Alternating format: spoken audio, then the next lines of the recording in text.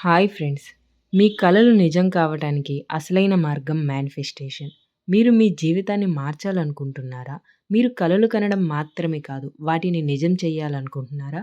ఈ వీడియోలో మనసును శాంతంగా ఉంచుకొని, విశ్వంతో అనుసంధానం చేసుకొని, మన లక్ష్యాలను ఎలా సాధించాలో తెలుసుకుందాం.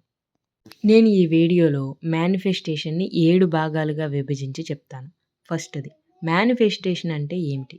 మేనిఫెస్టేషన్ అనేది మన ఆలోచనలు, భావనలు మరియు నమ్మకాల ద్వారా మన చుట్టూ ఉన్న ప్రపంచాన్ని నిర్మించటం. మన ఆలోచనలు మన వాస్తవాన్ని రూపొందిస్తాయి. మనం ఏమి ఆలోచిస్తే అదే మన జీవితంలో జరుగుతుంది. అందుకే మన ఆలోచనలు సానుకూలంగా ఉండాలి.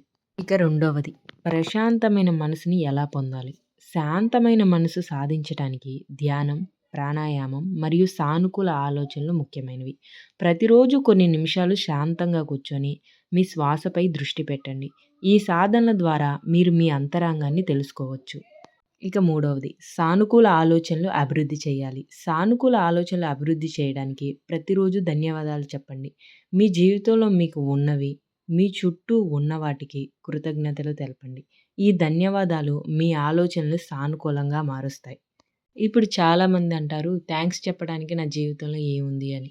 చాలామంది తల్లిదండ్రులు లేక అనాథలుగా ఉన్నారు. అలాగే ఎంతోమంది కళ్ళు లేక, కాళ్ళు లేక, వినలేక, మాట్లాడలేక ఇబ్బంది పడుతున్నారు. దేవుడి దయ వల్ల, ఈ సృష్టి దయ వల్ల మనకు ఆ ప్రాబ్లమ్ అనేది ఏదీ లేదు. దానికైనా మీరు థాంక్స్ చెప్పండి.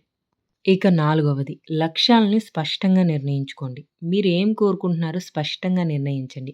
మీ లక్ష్యాలను రాయండి. వాటి గురించి ప్రతిరోజు ఆలోచించండి. మీ లక్ష్యాలకు సంబంధించిన ఫోటోలు చూడండి. వాటిని మీ దృష్టిలో ఉంచుకోండి. ఇక ఐదవది విశ్వాసం మరియు విశ్వంతో ఉన్న అనుసంధానం.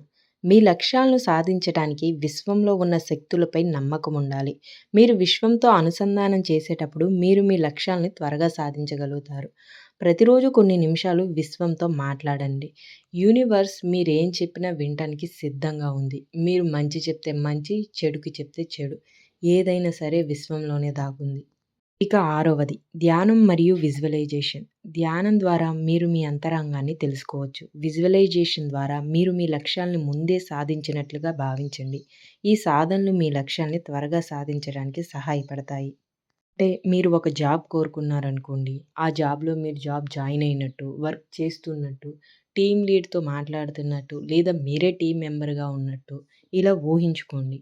దానివల్ల మన బ్రెయిన్ దాన్ని నమ్ముతుంది. ఇక ఏడవది ప్రతిరోజు సాధన. ప్రతిరోజు కొన్ని నిమిషాలు ఈ ప్రాక్టీస్ చేయండి. ఈ ప్రాక్టీస్ ద్వారా మీరు మీ లక్ష్యాల్ని త్వరగా అచీవ్ చేయగలుగుతారు. నిరంతరం సాధన ద్వారా మీరు మీ జీవితాన్ని మార్చగలుగుతారు. అలాగే వీటన్నిటితో పాటు మీ లక్ష్యాలు ఏవైతే ఉన్నాయో వాటి మీద కనీసం రోజుకొక గంట అయినా సరే మీరు టైం కేటాయించి వాటి కోసం ఉండండి.